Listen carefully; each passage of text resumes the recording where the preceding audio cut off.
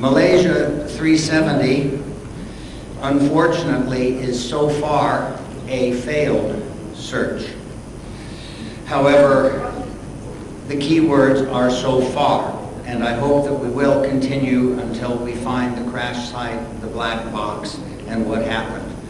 But the truth is that after more than 4 years of diligent searching, more than 200,000 square miles searched underwater, more than $200 million spent, we still have not found the crash site and still have not found the truth about what happened to the plane and those on board. And I'm sad to say that after those 4 years, I and the people helping me in my private investigation are still the only ones who found more than one piece of the plane. And that the only pieces of the plane recovered have been about 30 found on shorelines by me and other private citizens. However, it is something, and it is worth continuing. So the question is, where do we go from here? Well, the first search was done by Fugro, the official search, and Donghai assisted, and they were using one AUV, and they were searching down here based solely on the satellite data, because that was the only information that they had. Well, the debris that was discovered by me and other private citizens, since all of it went to Africa and none of it went to Australia, that showed that they were looking too far south. So along came the company Ocean Infinity, a private American company that used 8 AUVs simultaneously, an amazing technological achievement, to search an area that was identified by the debris and oceanographic analysis, by the Inmarsat satellite data, and by some satellite photos which turned out to not have been from the plane. And they searched further north from the about 36 degrees south all the way up to about 26 degrees south. And in spite of that amazing technology and very hard work, they unfortunately also found. So in the first search it failed, in the second search it failed, and I might note that this search by Ocean Infinity was done on a contingency basis. No fine, no fee. It didn't cost Malaysia anything. They assumed the risk, they spent the money, and they did not get the reward because they didn't find anything. Maybe in the future, if they get more information, they'll be willing to come back and do the same. Let's hope that's the case. So here is really the last thing we know. This is the civilian and military radar data. The plane took off from Kuala Lumpur and flew up to South China Sea, and then it went totally dark and was tracked by military radar. The transponder went off, the SATCOM went off, everything went off. It was tracked by military radar back across the Malay Peninsula towards Penang, and then up to the mouth of the Straits of Malacca, and then it vanished forever. And the question is, quo vadis? Where did it go from here? Well, according to the Inmarsat satellite data that was trying to communicate with the plane, but didn't because Malaysia Airlines had not signed up for the program, it was not mandated. From those signals, the experts were able to determine from the time it took from the plane to the satellite to the ground Earth station that it went south to about 1,000 miles off the coast of Australia. According to the witnesses in the Maldives who saw a plane matching that description, the early morning Malaysia 370 went missing, it went over to the Maldives. They can't both be right. According to the debris that was found, and that is the best evidence because the debris is the actual plane, the pieces of it.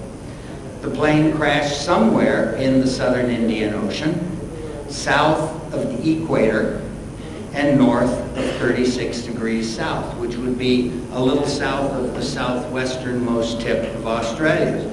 That's a very large area.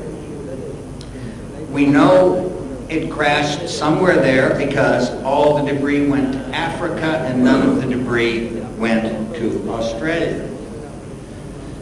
Dr. Charita Patirachi from the University of West Australia was the one who told me where to go. When I went to meet him and said, I think some pieces of this plane are going to show up on the shorelines, let the ocean do the work, where should I go? He said to go to Madagascar and Mozambique, and I did. And I found some pieces of the plane. That became public.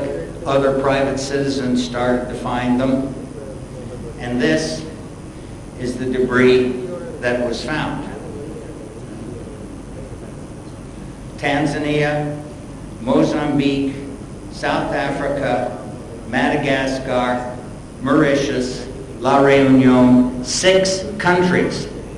That makes Malaysia 370 very unique in that it is an unknown crash site with a debris field that spreads over 6 countries because the only debris that has been found is the surface debris.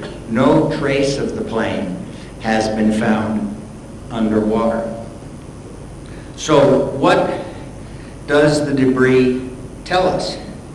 Well, it tells us that it crashed somewhere in the southern Indian Ocean, south of the equator and north of 36 degrees south.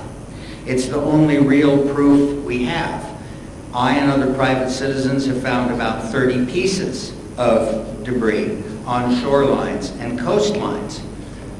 So it tells us something, but not enough about where the plane crashed, but it also tells us something about how the plane crashed, and that's why it's worth retrieving. This is the largest piece of debris from Malaysia 370 found. Absolutely confirmed. It is the wing flap. It was found by fishermen on Pemba Island in Tanzania. And when that was researched and studied by Malaysia and by ATSB Australia, NTSB America, and Boeing, they determined that it was retracted, not deployed. So that means that when the plane crashed, it was in full flight. So this theory that's been around since day one and is still being perpetuated by some irresponsible news outlets, that this was a controlled glide ditching by a suicidal pilot, that didn't happen. That's disproven by the evidence. This plane was not a controlled glide ditching. It impacted the water and shattered. It was in full flight when it crashed. Another piece of debris that shows that, and there are many, is this one that I found on Riake Beach in Madagascar that brought tears to my eyes.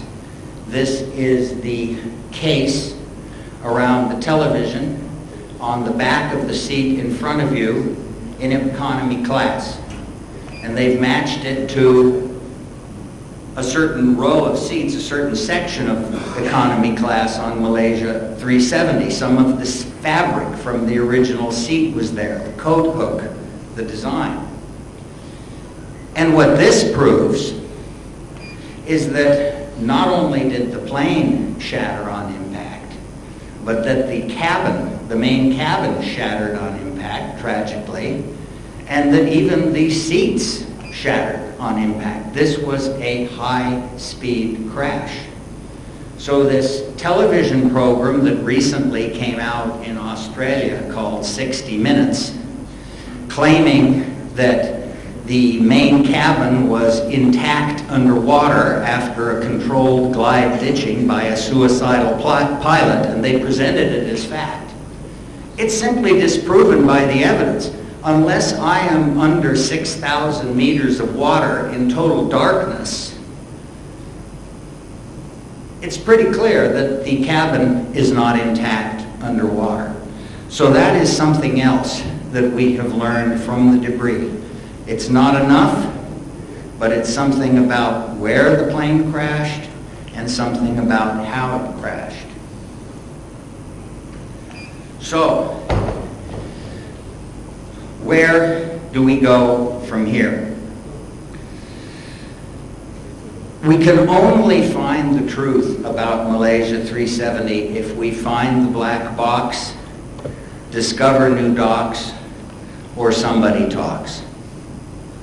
But since we don't know if anyone out there knows what happened, or even knows something that can help us find out what happened, we don't know if there are any documents that provide some magic answer to solve this mystery. We need to find the black box. We need to find the crash site, the underwater debris field. And unfortunately, black boxes don't float. If they did, it would have probably washed ashore in Madagascar. But they don't. They sink. And they sink very deep. So what can we do to find out what happened? Well, first we hope, because it's cost a lot of money for Malaysia to look for this plane, and China, and Australia, we hope that either Ocean Infinity or another company will come along, get new information, and on a contingency basis search for the plane. That is probably the best hope of finding it. And if they do, they need to search a wider area along the seventh arc.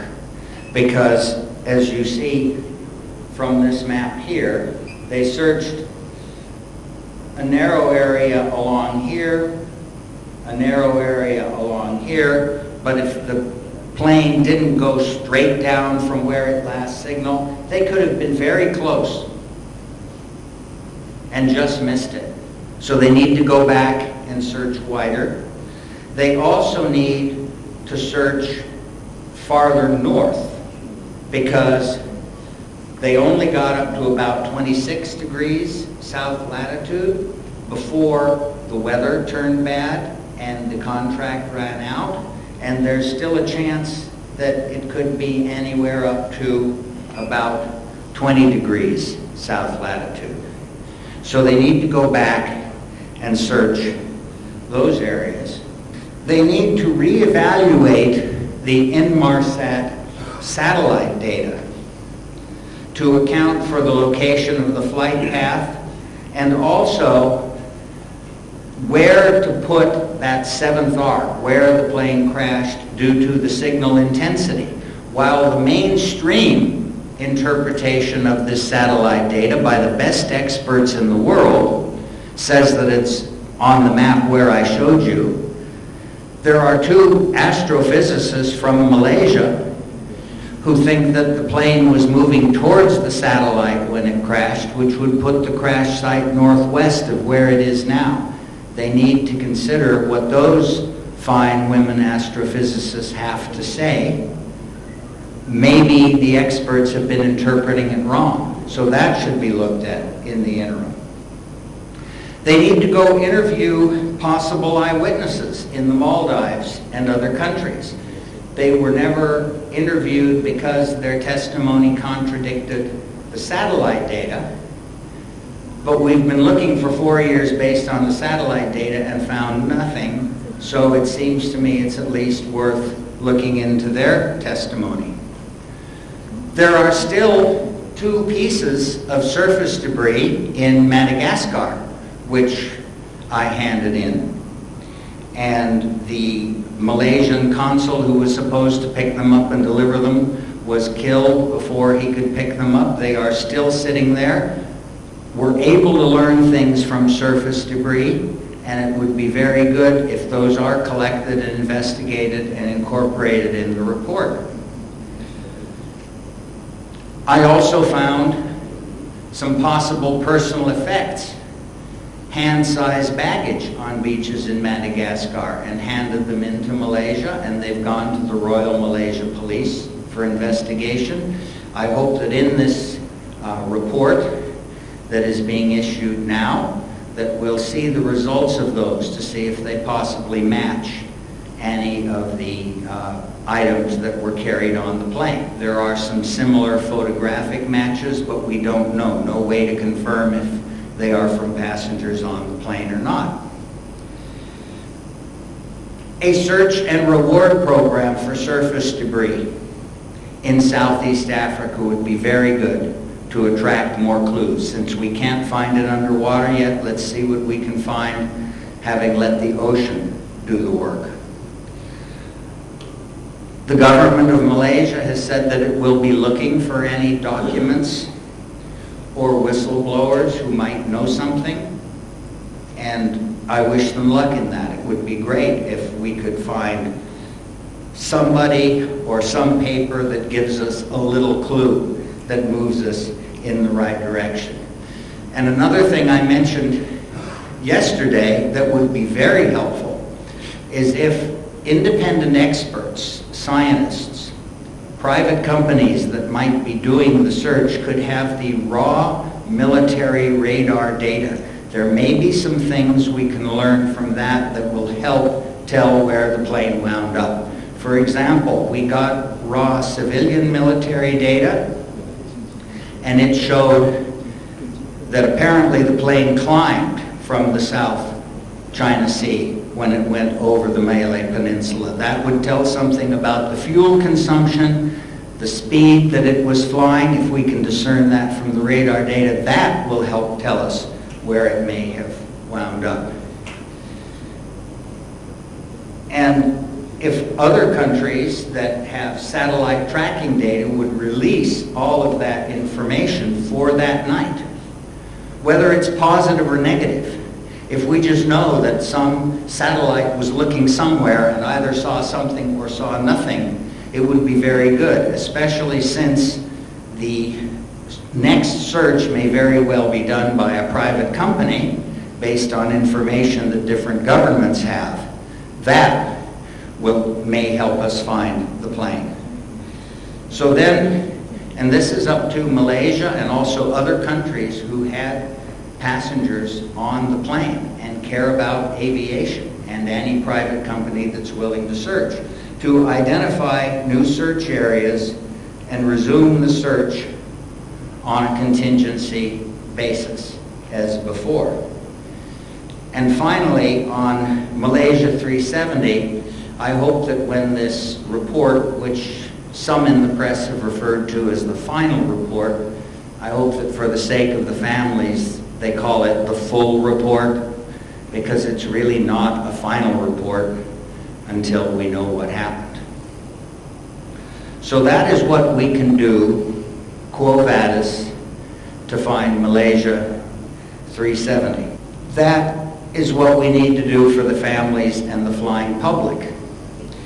The other question is, how do we prevent a repeat of that? Well, one way is to have mandatory real-time tracking of aircraft location. Mandatory, where the governments say that you need to do it. We could have live stream transmission of flight data recorder data. That way we don't even need to get the black box to know what's going on the plane. Floating back boxes with stronger, longer lasting transmission. As I said, even when they know where the plane crashed, as in the case of Egypt Air 804, it took them still 3 weeks to recover the black box because it sinks very deep. You can only find the black box, the underwater crash site, if you know where the plane crashed. And in the case of Malaysia 370, they didn't even know which ocean it crashed in. We need to have an international authority to coordinate search and recovery in multiple jurisdictions. 370 has a debris field somewhere underwater, but the surface debris is spread over 6 countries. So it would be good to have a way to coordinate that if, God forbid, anything like this happens in the future. Better coordination between civilian and military authorities. Immediate response if an aircraft deviates from its course or goes missing. And the general yesterday answered my question saying that they have taken those steps, and that's very good. And of course, immediate transmission of all information to search and rescue authorities, to you guys. In the case of Malaysia 370, first they were looking in the wrong ocean. Then they were looking in the right ocean, but in the wrong hemisphere. And then finally, they were looking in the right ocean, in the right hemisphere, but it was too late.